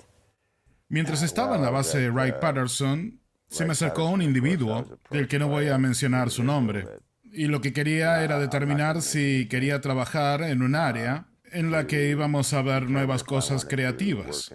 Y aparentemente eso era un simulador de vuelo para un disco volador. New creative things, okay, and apparently that was the flying disc simulator. Lo que hicieron fue seleccionar a varios de nosotros y reasignarme a un contratista privado que era el constructor del simulador. En ese momento lo que estaban construyendo lo llamaban C-11B, que era un simulador para el F-102 y B-47. Y querían que ganásemos experiencia antes de comenzar a trabajar en realidad en el simulador de platillos voladores. Started work on the flying disc simulator. En los que me pasé unos 30 años trabajando. Así que tenían simuladores de discos volantes. Para su conocimiento, ¿cuándo fue que tuvieron el primero en operaciones? No creo que ninguno haya entrado en operaciones hasta alrededor de los 60, año 1962 o 1963. Y la razón por la que estoy contando esto es porque el simulador no era realmente funcional hasta 1958. En ese momento el simulador fue realmente operable. El simulador que utilizaron, o mejor dicho, la nave que utilizaron para construir, que era una de unos 30 metros de diámetro, que se había estrellado en Arizona, en Kingman, Arizona, allá por 1953 o 52. Creo que fue en el 53. Esa fue la primera que utilizaron. Fue la primera que llevaron al sitio de testeos. Era un aparato controlable que los alienígenas querían presentarle a nuestro gobierno, al de Estados Unidos. Había aterrizado a unos 24 kilómetros de lo que solía ser una base de la Fuerza Aérea Naval, que ahora es una base totalmente cerrada. He olvidado el nombre de esa base. Pero con esa nave en particular habían tenido problemas para cargarla en un tráiler y llevarla al Área 51. No podían llevarla por allí, por el ancho y por la carretera. Y tuvieron que llevarla a través del río Colorado en ese momento. Y luego la llevaron hasta, bueno, ahí donde va esta gente ahora. Fuera del Área 51. Una zona que estaba siendo construida en aquel momento. Y la llevaron por los caminos de tierra a ese punto en particular del área de testeos. Había 4 alienígenas dentro de esa cosa. Y esos alienígenas fueron llevados a Los Álamos. aliens aboard that thing, and those aliens went to Los Alamos. Básicamente los llevaron allí para...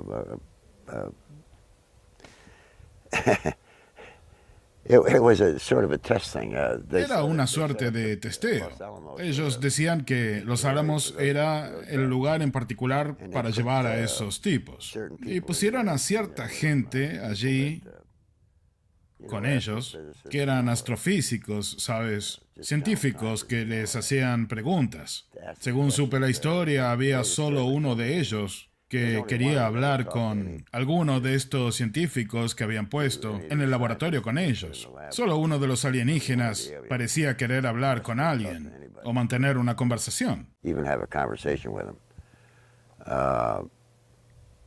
Al principio era todo a través de una comunicación mental, pero la mayor parte de eso es como una broma para mí, porque...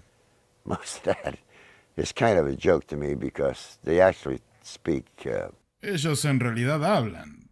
Quizás no como nosotros, pero ellos en realidad hablan y pueden conversar, ¿sabes? Yo solo pude hablar con uno. Pero la diferencia entre este disco o nave y otras que habían visto era que tenía un diseño mucho más simple. Y en el simulador había una gran diferencia. Esa cosa que el azar dice que es un reactor, bueno, nosotros no teníamos un reactor. Teníamos un espacio y una cosa que parecía ser un reactor, pero esa no era la cosa con la que operábamos el simulador. Nosotros operábamos con 6 grandes capacitores que estaban cargados con cerca de 1 millón de voltios cada uno. Así que digamos que había unos 6 millones de voltios en esos capacitores, los capacitores más grandes jamás construidos. Y estos capacitores en particular duraban 30 minutos, así que tenías que meterte allí y trabajar con los controles y hacer lo que tenías que hacer para hacer que el simulador opere. Así que tampoco era muy sencillo porque solo teníamos 30 minutos. Y la razón por la que fue diseñado de la manera en que te he mostrado es porque realmente cuando era operable se elevaba y en el espacio que teníamos asignado esto podía moverse y podía doblar y moverse algunos grados a la izquierda o a la derecha. Pero en el simulador lo primero que notabas es que no había cinturones de seguridad. Y lo mismo sucedía con la nave real. No tenía cinturones de seguridad, porque cuando vuelas una de estas cosas y la pones boca abajo, te das cuenta que no hay arriba o abajo. Upside down, there's no upside down, like in a regular aircraft. Tienes tu propio campo gravitacional, que está justo allí adentro. Así que si vuelas boca abajo, todo está en el lugar correcto de todos modos. ¿Estuvo alguna vez realmente dentro de la nave? Estuve allí en los inicios, sí. ¿Cómo lucían las ventanas de esta cosa? De hecho, no vimos ninguna ventana, no había ninguna ventana. El único lugar a través del que teníamos algún tipo de visibilidad estaba hecho con cámaras y cosas de video. With cameras or video type things at that time. Y eso estaba en la parte de la torreta. Mi trabajo estaba en el control de vuelo y los instrumentos que estaban allí, en el puente de vuelo. Yo sabía sobre el campo gravitacional y lo que llevaba a entrenar gente para que sean capaces de entrar en esa cosa y operarlo. Tú estarías desorientado y vomitando en 2 minutos, en cuanto lo pusieran en marcha. Y lleva mucho tiempo acostumbrarse por el espacio. Solo levantar la mano y ya tocas algo. Y se hace muy complicado el que te entrenen con tu mente para aceptar lo que vas a sentir dentro de esa cosa. Así que hay una distorsión de la percepción. Hay mucha distorsión, sí.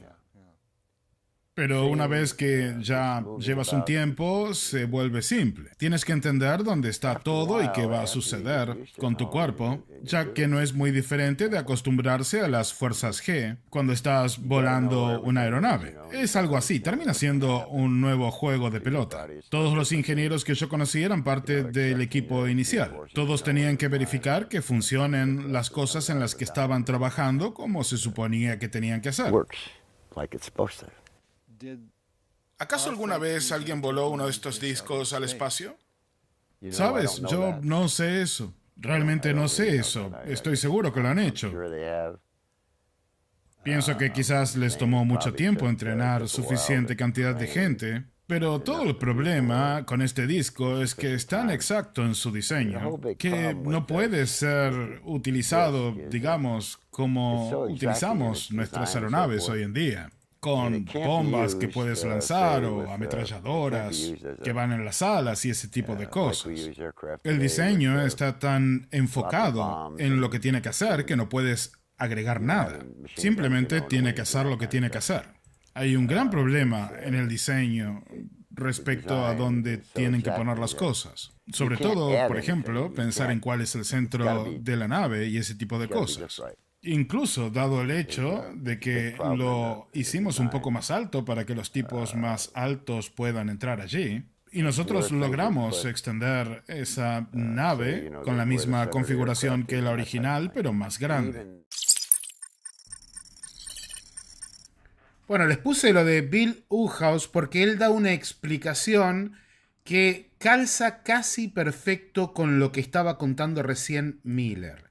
Y si nos vamos a lo que veíamos de Charles Hall al principio, ¿qué nos dice que parte de esa colaboración no sea un intercambio tecnológico si seguimos estas historias y pensamos por 2 minutos que todo es cierto, que no tenemos por qué pensar de esa manera, pero ponele que fuera todo cierto,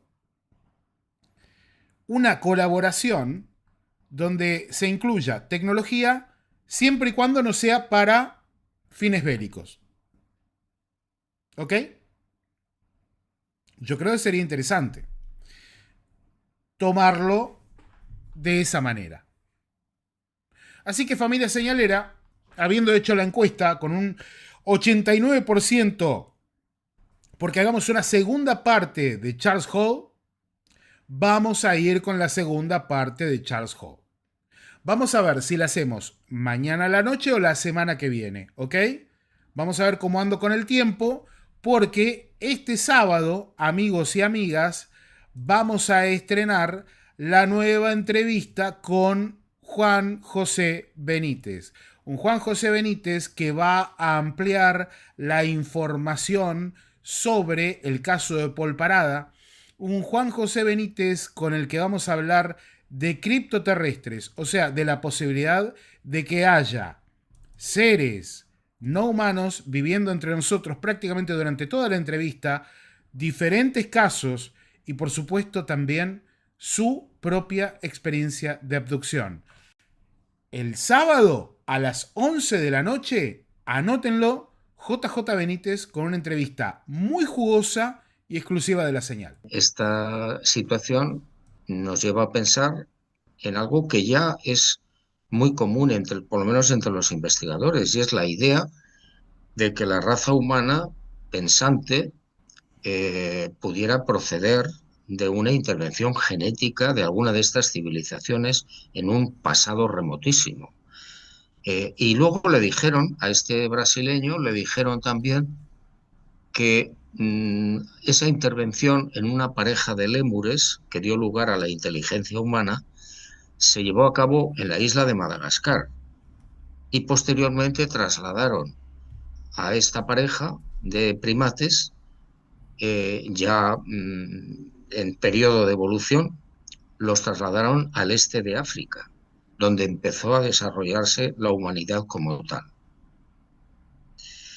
Es decir, no me cuesta ningún trabajo pensar que efectivamente somos consecuencia de una intervención no humana, en este caso sobre un grupo de primates. Salvador Freixedo hablaba de una granja humana. Como le digo, Gary Nolan habla de un telefactoreo. ¿A usted le parece que, bueno, Jack Vallée habla de un sistema de control? ¿Ese control, esa granja, ese experimento continúa hasta hoy en día? Quizás lo que estamos viendo a nivel mundial, que a todas luces incluso puede parecer hasta desastroso, ¿podría tener algo que ver con eso? Bueno, yo en ese aspecto tengo mis dudas. ¿Por qué? Pues porque la verdad es que la raza humana está perdida, lleva un camino terrible, horroroso. En estos momentos tenemos 2 guerras simultáneas y bueno, la situación es horrible, horrible, son 60.000 muertos en Gaza. Entonces yo creo que quizá estas civilizaciones están llevando un control pero muy sutil, o quizá permitiendo que el ser humano se equivoque y que el ser humano siga su ritmo evolutivo, el que sea, aunque sea horrible. Y hay otra posibilidad de que todo eso esté programado, dirigido, diseñado, y efectivamente Salvador Freixedo tendría en parte razón. Es decir, este mundo, este planeta podría ser considerado una granja. De hecho, hay muchos casos, muchísimos, yo he investigado bastantes, en los que estos seres, estas civilizaciones, utilizan a los seres humanos como cobayas. Y no les importa acabar con ellos, y no les importa provocar abortos, y no les importa matarlos.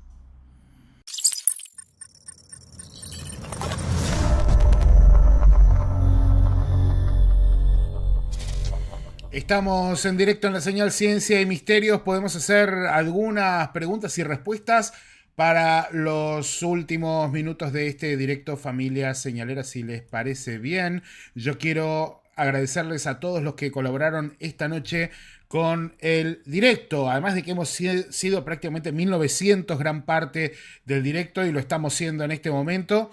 Muchas gracias a todos, pero les quiero agradecer a Delfor Hum, que regaló 50 membresías, Sergio Acuña, que envió un superchat que decía felicitaciones por esos 1800 en vivo, fuerza, casi 1900.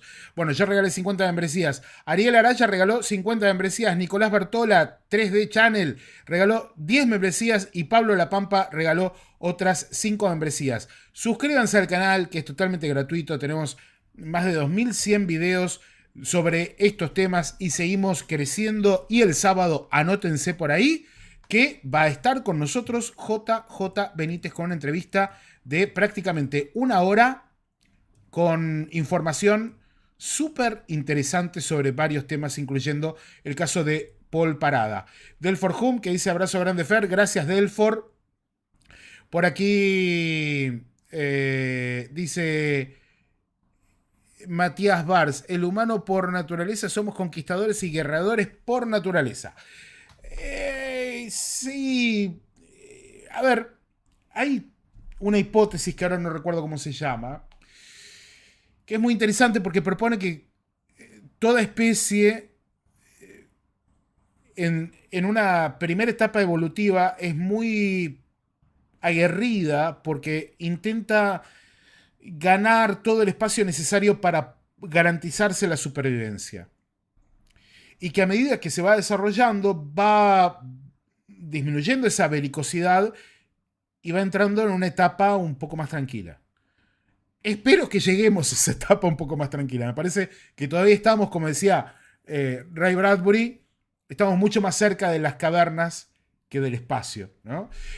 Flavia Calvo dice, gracias Fer, hermoso programa. Le quiero mandar un besito y de vuelta a mi novia Sime, hasta Tigre, que ha estado moderando toda la noche, que, bueno, tiene Muelle Los Indios, que va a haber promo de Muelle Los Indios la semana que viene. Presten atención para los que quieran tomarse un par de días de tranquilidad. Ojo con eso, presten atención la semana que viene. William Olazábal, saludos desde Uruguay, te escucho siempre. Gracias, William. Y saludos hasta allá también. Le quiero agradecer a DVD Rod, a Fleco, a Diego Jaimes, a Hugo Rock, que también están moderando siempre ahí. Chicos, ahí un buen like, un buen dedo para arriba o corazoncitos para los moderadores que sin pedir nada a cambio están todo el tiempo allí ayudándonos a seguir adelante. Hernán Segovia dice, pará que se me fue. Saludos Fer desde Olavarría y gracias por la membresía. No sé para qué es, pero agradezco. Bueno, mirá, tenés acceso ahora a emojis exclusivos y tenés acceso sobre todo a videos exclusivos. Por ejemplo, podés ver, ¿cuándo fue? Ayer, el martes. Subí una entrevista que me hicieron en una radio que está disponible única y exclusivamente para miembros. Hay algo de 50 videos para miembros. Hermoso programa el de hoy a lo David Lynch, dice Majo Barreiro. Programón Fer, como siempre. ¿Tiene una onda David Lynch? Puede ser, ¿por qué no? Por aquí, Sergio Acuña. A ver, disculpa mi insistencia. ¿Podés hacer con IA las naves que describe Liliana? Ah, no lo había visto. Sí, se puede hacer, ¿eh? Vamos a hacerlo. Vamos a hacerlo y de hecho podríamos hacer como un resumen de algunas partes del caso de Liliana antes de que volvamos a hablar con ella. Y les recuerdo que está también disponible para que la vean la entrevista que le hicimos a Romina, la hija de Liliana, que también tuvo sus propias experiencias. Excelente el video programa. Saludo desde Beeville, en Texas, dice Driver. Bueno, un saludo para nuestros amigos en Texas. Ayer soñé... A ver... No estábamos en Texas, estábamos viviendo en California, un sueño súper raro. ¿Dónde era que estábamos viviendo en California exactamente con Sime? ¿En qué lugar de California estábamos viviendo? Bueno, pero había como... Era muy raro, ¿no? Porque había como una colina y una montaña. No, era una colina. Abajo se veían casas. Y creo que había casas también en la parte de arriba de la colina. Y todo alrededor de la colina había como un circuito para salir a correr y a caminar. Y yo me acuerdo que estaba caminando y corriendo por ese circuito. Y en cierto momento el camino era cruzado por una como cascadita, una caída de agua muy bonita. Y recuerdo que me sentaba ahí al borde y mojaba los pies en el agua. Un sueño muy, muy relajante. Mientras iba escuchando música... Y yo sabía que Sime estaba en la ciudad. Le dije el nombre de la ciudad cuando creo que fue hoy a la mañana que le dije a Sime, pero ahora no me acuerdo. Bueno, un saludo para todos nuestros amigos en Estados Unidos. Fer, quiero ver el video que subiste último y no puedo pagar la membresía. ¿Lo podés liberar? Dice Leonel Motociclista. En un par de semanas lo voy a liberar. Sí, claro, no hay ningún problema. El último que subí, igual... A ver, el 90% de los videos, chicos, son gratuitos. Cuando hice la entrevista en la radio salió por todos lados. Y esto es como para que los que pagan la membresía tengan algo en especial. A ver. Fer, ¿podrías hacer un programa especial de 5 o 10 videos fundamentales para vos? Dice José Rossi. Dale. Vamos a anotar aquí. Rossi, voy a anotar acá. Y después voy a volver a este punto para tomar nota para hacer un especial de los 5 o 10 videos fundamentales para mí. Perfecto. Gracias por compartir, Fer, dice Mercy61. Yo creo que vamos más para la extinción que la evolución, dice Mar. Yo no estoy de acuerdo, yo soy positivista. En serio, soy muy positivo respecto a nosotros. Me parece que vamos a llegar bastante lejos. Abrazo Fer, dice DVD, Diego Jaime, que da la bienvenida a todos los nuevos. Está por aquí Mar Ángel, Ibimar, Delfor, Majo Barreiro, Johanna González.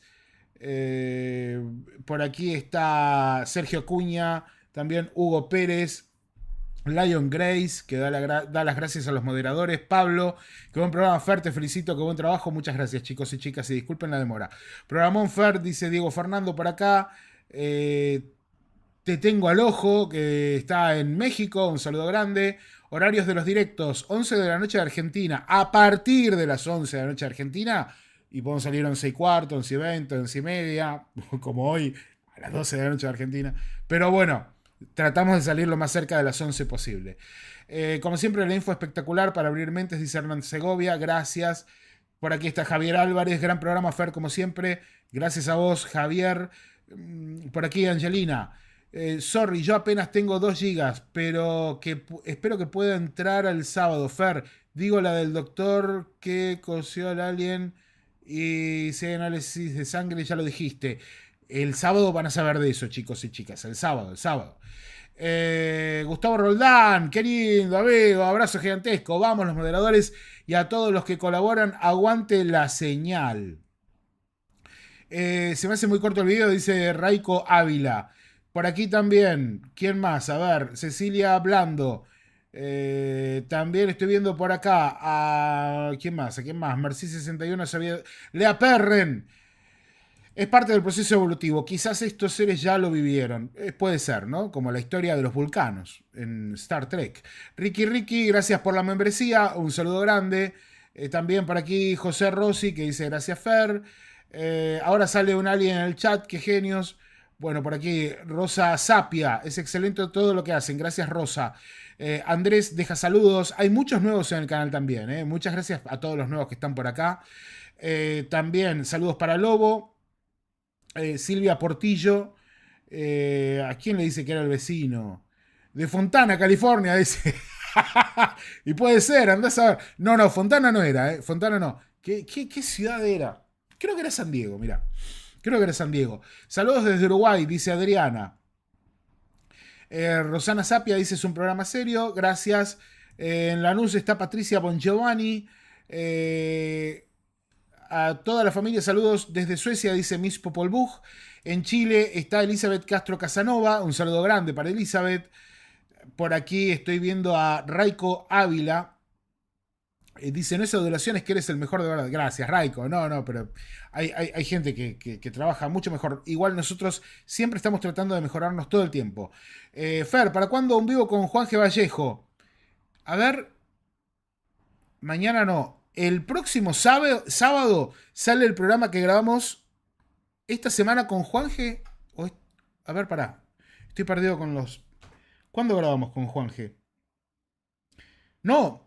Este sábado sale el programa que grabamos con Juanje y con Rodrigo Bravo, pero sale en cadena Caracol. Así que para los que escuchan Noche del Misterio, se van a Caracol Radio y allí nos van a escuchar. Y en directo cuando vuelva de viaje, Juanje, porque ahora se fue a Egipto. Así que cuando vuelva de Egipto, hacemos un directo con Juanje Vallejo, pero claro que sí, un gran amigo Juanje. Gracias por el maravilloso programa, dice Ana Duarte. Me quedé dormido y me gustó mucho el programa, dice Lobito, espectacular. Edu Mac dice desde Mapimi en México, viva México cabrones. Milton Perales, gracias Fer por el programazo, saludos, gracias Milton. Por aquí está Romina que dice excelente programa, no veo la hora de que mi mamá lo vea. Sí, tiene que verlo. A ver, ya tronando en Santa Rosa faltan las fritas y el mate, las tortas fritas, qué rico, che. Bueno, por aquí, a ver, ¿quién más anda por acá? Franco Aranda que dice, saludame, te saludo, Franco, te saludo. A ver, ¿quién más está por acá en Uruguay? Alexis Borda Ferreira. Pablo de la Pampa que regaló 10 membresías más, gracias. Silvia Uturriaga que dice, soy chilena y vivo en Sydney, Australia. Mis saludos cordiales para todos. Qué bien. Bueno, un saludo para Silvia y obviamente para todos los chilenos que están viviendo fuera de su país y argentinos, ¿no? Y todos los latinos que estamos viviendo fuera de nuestros países. Bueno, yo estoy viviendo en mi país, pero entienden a qué me refiero. Gran programa. El sábado a las 11 en Argentina, ¿qué hora española? Son 5 horas más. Así que son exactamente las 4 de la mañana de España. Genial el programa, dice Daniel Gutiérrez. Vamos con esas membresías, dice Johanna González. Por aquí también sería bueno explicar la teoría de Isaac Bentov. Tiene temática muy relacionada con la conciencia expandida. Excelente programa, dice Claudia. Bueno, en Zapala, Neuquén está Guadalupe Riquelme. Somos varias las especies que habitamos este universo. Un saludo grande. En Formosa está David Villalba también por acá. ¿Quién más está por aquí? Saludos desde Uruguay. A ver cuándo vienes por este lado a hacer alguna vigilia, dice Daniel. Pero claro, dentro de poco, tengo muchas ganas de ir a Uruguay. Con Cibe lo venimos armando, pero estamos tan tapados de trabajo que apenas si podemos hacer los viajes que tenemos que hacer para la producción del programa y otras cuestiones muy básicas, porque estamos, por suerte, tapados de trabajo. Roberto Salinas dice, Tampico, Tamaulipas, México. Los saludo, qué grande. Un saludo muy grande para nuestros amigos mexicanos. Palo Cero Palo, la historia de Juanjo Benítez totalmente distintas de... ¿Quién? De Juanjo y JJ Benítez. Hablamos de eso, ya hablamos por aquí. Programón, se me hierve la cabeza, dijera Caballasca. Gracias, dice Magali Ponce, un saludo. Por aquí, familia señalera, en Bilbao, España, también está Recio Chief. A todos, gracias por estar esta noche. Nos vamos recontradespidiendo porque yo no doy más del sueño. Recuerden que dormí 4 horas buenas como mucho, así que estoy hecho pelota. Olga está saludando desde Uruguay. Muy bien, amigos uruguayos. Gracias por estar aquí. Sean felices, larga vida y prosperidad. Se viene la segunda parte de Charles Hall y el sábado JJ Benítez. Así que ténganlo por allí anotado, que nos vemos más temprano que tarde. Descansen bien, sean felices. Otra vez, larga vida y prosperidad. Chau, chau.